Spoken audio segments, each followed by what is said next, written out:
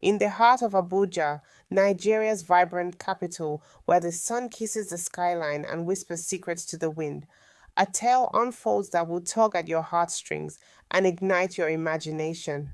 Welcome, dear viewers, to another enchanting story from our channel where African folklore meets the pulse of modern life.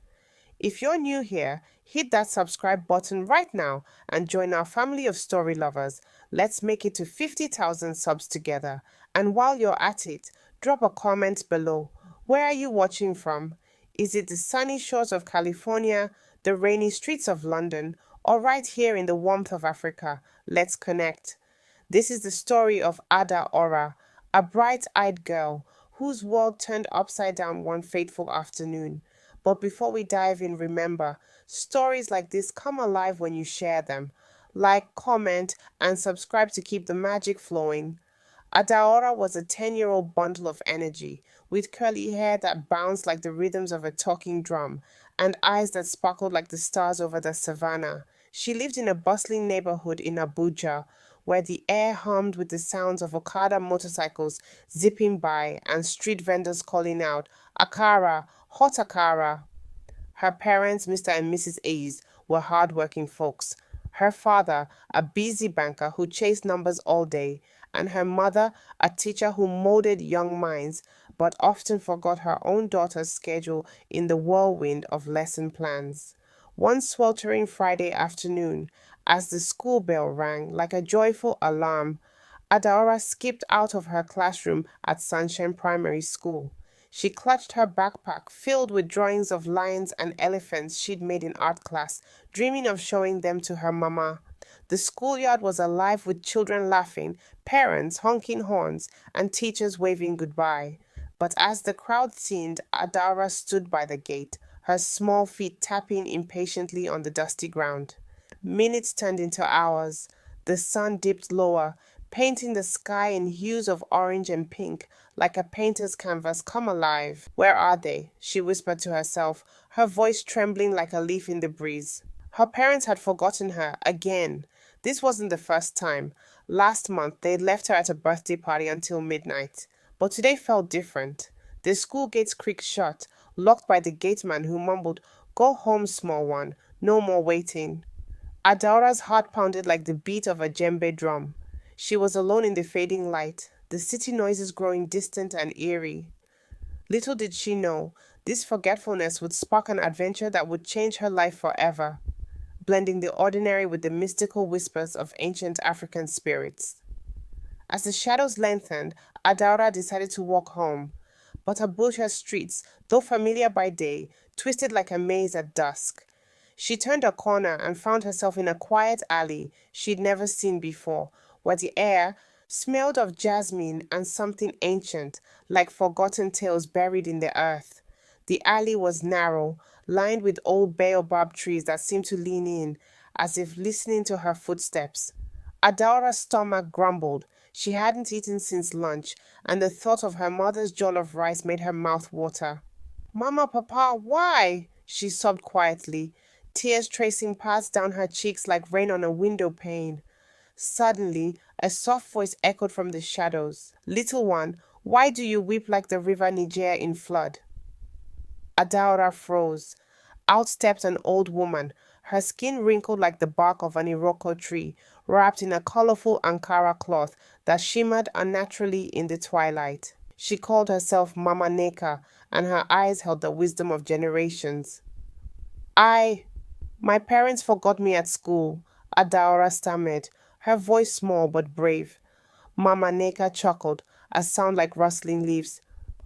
Ah, the careless ones. But forget not, child. The ancestors watch over the forgotten. Come, let me share a tale while we wait for the stars to guide you. She led Adaora to a small stool under a tree, and as the night deepened, she began weaving the story of Anansi the spider, the trickster from West African lore who once outwitted a forgetful king. Adaora listened, wide-eyed, her fears melting away like dew in the morning sun.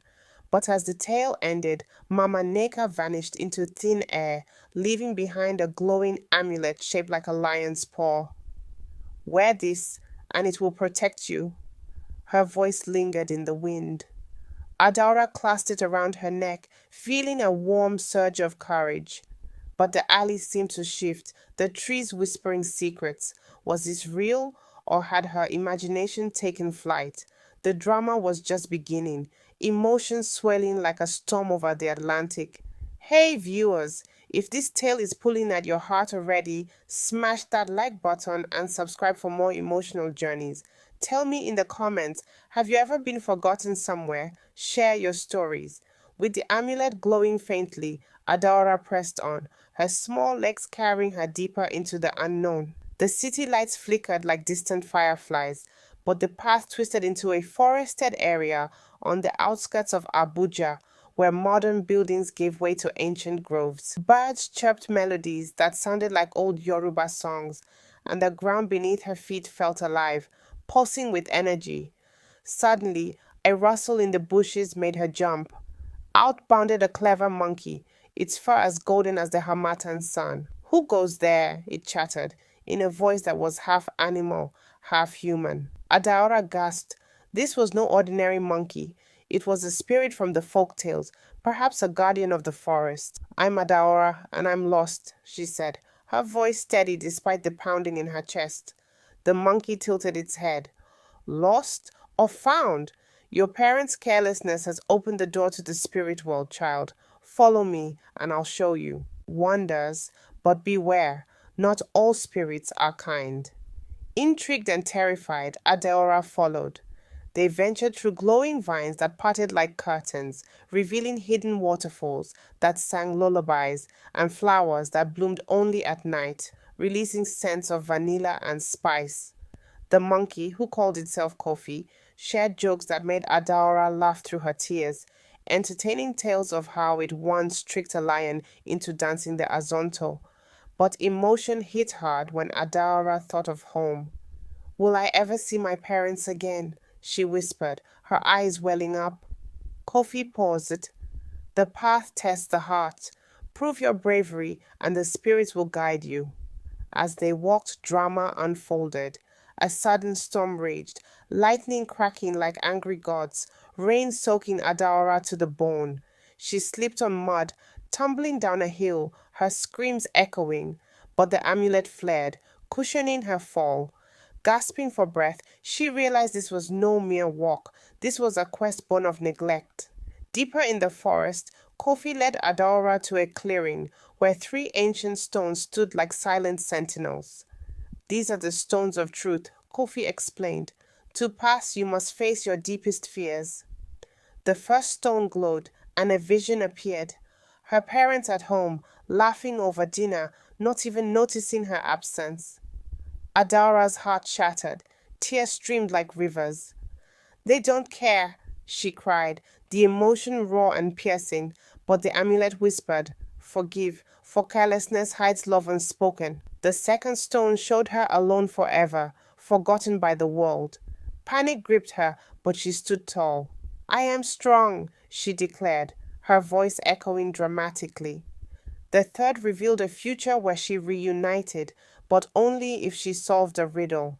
I speak without a mouth and hear without ears. I have no body, but I come alive with the wind. What am I? An echo, Adaura shouted, her mind racing like a cheetah. The stones parted, revealing a hidden village of spirits, ghostly figures dancing around a bonfire, their forms shimmering like heat waves. Here, Adaora learned of her ancestry. Her great-grandmother was a wise priestess who communed with the gods. The forgetfulness was a curse from a jealous spirit, but Adaora's journey could break it. Oh, the entertainment! Spirits juggled fireballs, told hilarious tales of mischievous gods, and even performed a skit about a forgetful elephant who lost his trunk. Adaora laughed until her sides ached, but the underlying emotion, loneliness turning to hope, brought tears anew. Hey, amazing viewers! If you're hooked on Adaora's adventure, this is your call to action. Subscribe now, turn on notifications, and share this video with a friend who loves folk tales. Let's grow this channel together. And comment, where in the world are you tuning in from? Africa, Europe, Asia? Let's see. In the spirit village, Adaora was welcomed with open arms. or ethereal wisps rather. The leader, a tall figure named Baba Olumide, with a beard like flowing clouds, declared a feast in her honor. Tables groaned under platters of ethereal delicacies, pounded yam that tasted like childhood memories, egusi soup swollen with flavors of home, and fruits that burst with sweetness unknown to mortals. As they ate, stories flowed like the Nile. One spirit, a young girl named Ife, shared how she too was forgotten in life, wandering until she found peace in the afterlife. Your pain is our pain, Ife said, hugging Adaora with ghostly warmth. Emotions surged. Adaora wept for the lost, but found solace in their company. Entertainment came in waves. Drummers beat rhythms that made feet dance involuntarily, and acrobats flipped through the air like leaves in a whirlwind.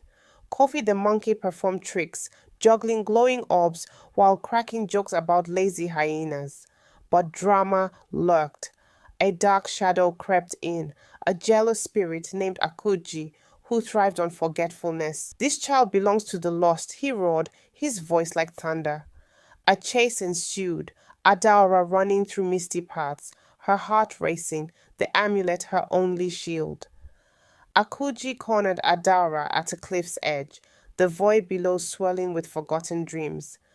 Your parents' neglect feeds me, he snarled, his form twisting like smoke. Trembling but defiant, Adaora held up the amulet. Love is stronger than forgetfulness, she shouted. A beam of light shot forth, weakening Akuji. Memories flooded her, happy times with her parents, picnics under the acacia trees, bedtime stories of Anansi. The emotional climax hit. Adaora forgave her parents in her heart, breaking the curse. Akuji shrieked and dissolved, leaving behind a trail of stars. Baba Olumide appeared. You have passed the test, child. Now return home with wisdom. But the journey wasn't over. More trials awaited.